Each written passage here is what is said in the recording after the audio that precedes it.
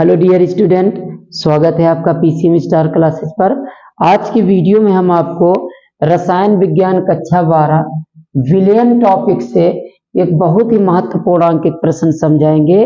ये अंकित प्रश्न class 12th में बोर्ड एग्जाम में 2024 में पूछा भी गया है और बहुत ही महत्वपूर्ण अंकित प्रश्न है। तो आइए डियर स्टूडेंट देखते हैं प्रश्न को। प्रश्न है 46 ग्राम एथेनॉल को 54 ग्राम जल में घोला गया है। एथेनॉल तथा जल के मोल प्रभाज ज्ञात कीजिए। बहुत इंपॉर्टेंट प्रश्न है। इसमें देखिए क्या कह रहा है, 46 ग्राम एथेनॉल को 54 ग्राम जल में घोला गया है। ओके, तो मोल प्रभाज ज्ञात करने वाले प्रश्नों में आपको क्या करना है, सबसे पहले विलेय और विलायक का पता लगाना। किसका? विलेय और विलायक का। तो डियर स्टूडेंट, जो अधिक मात्रा में होगा वो विलायक होता है और जिसकी मात्रा कम होती है वो विलेय होता है। तो आइए देखते हैं, 46 ग्राम एथेनॉल को 54 ग्राम जल में घोला जाता है। तो देखिए जल की मात्रा अधिक है और एथेनॉल की मात्रा कम है, तो इसका मतलब एथेनॉल क्या हो गया, विलेय हो गया। एथेनॉल विलेय है और जल क्या हो गया, विलायक। तो विलायक का भार कितना हो गया, 54 ग्राम, और विलेय का भार हो गया 46 ग्राम। ओके, तो स्टार्ट करते हैं। विलेय का भार, विलेय क्या है, एथेनॉल। एथेनॉल का सूत्र होता है C2H5OH। विलेय का भार स्मॉल w से लिखते हैं, कितना है, 46 ग्राम। ओके, और विलायक का भार, विलायक क्या है, जल है। विलायक H2O का भार, विलायक का भार कैपिटल W से लिखा जाता है। विलायक के भार को किससे, कैपिटल W से। तो कैपिटल W कितना दिया है, 54 ग्राम। ओके, पहले विलेय और विलायक दोनों के भार आपको लिख लेना है। फिर इसके बाद विलेय और विलायक दोनों के अणुभार निकालना है। तो विलेय क्या है, C2H5OH। तो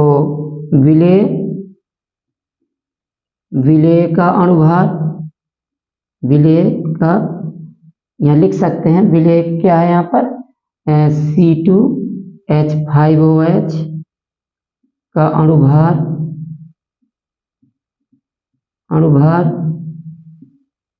स्मॉल m लिखेंगे इसको।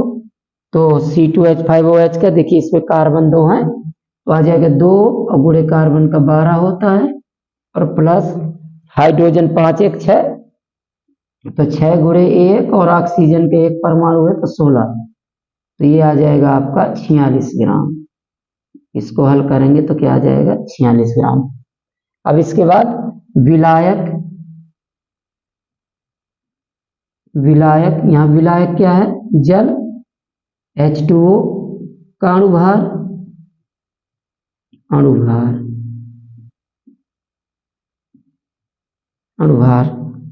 इसको कैपिटल M से आपको लिखना है।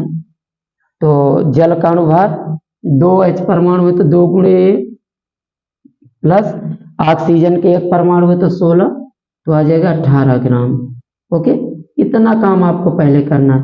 क्या करना, पहले विलेय और विलायक के भार लिखना है। तो विलेय का भार कितना दिया था, 46 ग्राम, और विलायक का भार 54 ग्राम। फिर विलेय और विलायक दोनों के अणुभार निकाल लेना है। तो विलेय यहाँ क्या है, एथेनॉल यानी एथिल अल्कोहल। तो विलेय का अणुभार आ गया कितना, 46 ग्राम, और विलायक जल है तो जल का अणुभार 18 ग्राम। अब क्या करना है आपको, विलेय और विलायक के मोलों की संख्या। तो विलेय के मोलों की संख्या स्मॉल n बराबर होता है स्मॉल w बटे स्मॉल m। स्मॉल n क्या है, विलेय के मोलों की संख्या। तो small n equal small w बटे स्मॉल m। स्मॉल w यानी विलेय का भार 46 और बटे विलेय का अणुभार कितना है, 46 ग्राम। तो ये आ जाए कितना, 1 आ गया। ओके, फिर इसके बाद विलायक के मोलों की संख्या कैपिटल N। विलायक के मोलों की संख्या को कैपिटल N से व्यक्त कर, तो कैपिटल एन बराबर होता है कैपिटल डब्लू और बटे कैपिटल एम। तो कैपिटल डब्लू कितना है 54 और बटे कैपिटल एम है 18, तो 18 3 54।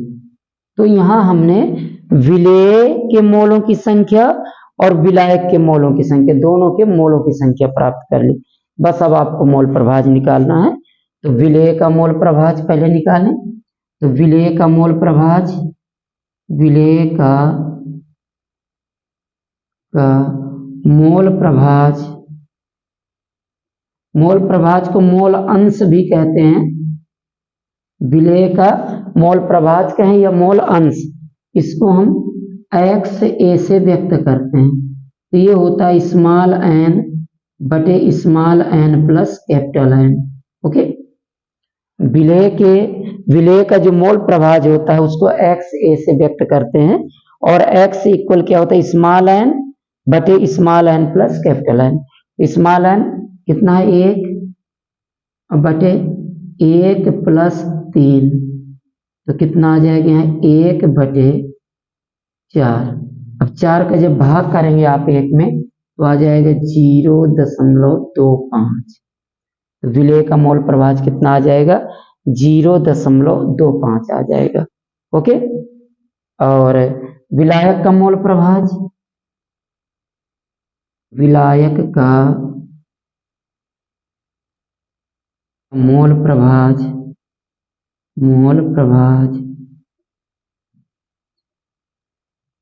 विलायक के मोल प्रभाज को हम एक्स बी से व्यक्त करते हैं। तो एक्स बी बराबर कैपिटल एन बटे small N plus capital N. Okay, तो ये आ जाए कैपिटल एन कितना है 3 और बटे 1 प्लस 3, तो आ जाएगा 3 बटे 4। तो 4 का भाग करेंगे तो 0.75। इस प्रकार से विलेय और विलायक दोनों के का मोल प्रभाज हम ज्ञात कर लेते हैं। और अगर आप विलेय का मोल प्रभाज ज्ञात कर लिए हैं और विलायक का ज्ञात करना है आपको बिना सूत्र के, अगर ज्ञात करना है तो किसी एक का निकाल लीजिए और विलेय तथा विलायक दोनों के मोल प्रभाजों का योग 1 के बराबर होता है। विलेय का मोल प्रभाज और प्लस विलायक का मोल प्रभाज दोनों का योग 1 होता है। तो अगर आपने किसी एक का निकाल लिया और फिर दूसरे का अगर आपको निकालना, सूत्र का प्रयोग नहीं करना है, तो इसी को 1 से घटा देना है। मान लीजिए हमने विलेय का मोल प्रभाज निकाला और कितना आ गया था 0.25।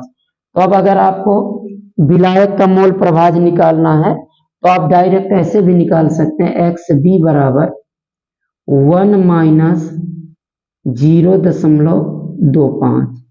1 में से विलेय का मोल प्रभाज घटा दीजिए, तब इससे घटाएंगे 1 से, तो 1 को लिख दीजिए 1.00 और यहाँ 0.25, यहाँ आ गया 5 7.0, तो 0.75।